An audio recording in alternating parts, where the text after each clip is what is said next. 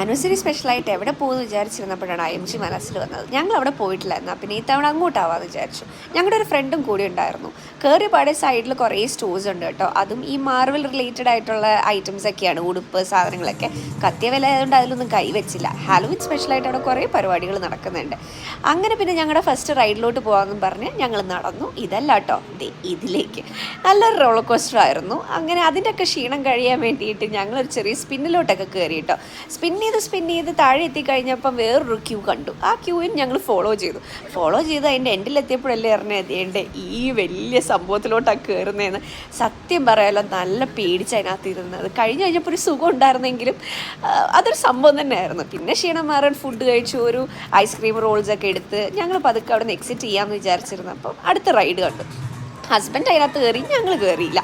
ഞങ്ങൾ ഇനി കഴിച്ചിട്ട് ഇതിനകത്ത് കയറിയാൽ ശരിയാവത്തില്ല. അങ്ങനെ പിന്നെ ഞങ്ങൾ പതുക്കെ അവിടെ നിന്ന് ടാറ്റ ബൈ ബൈ പറഞ്ഞു.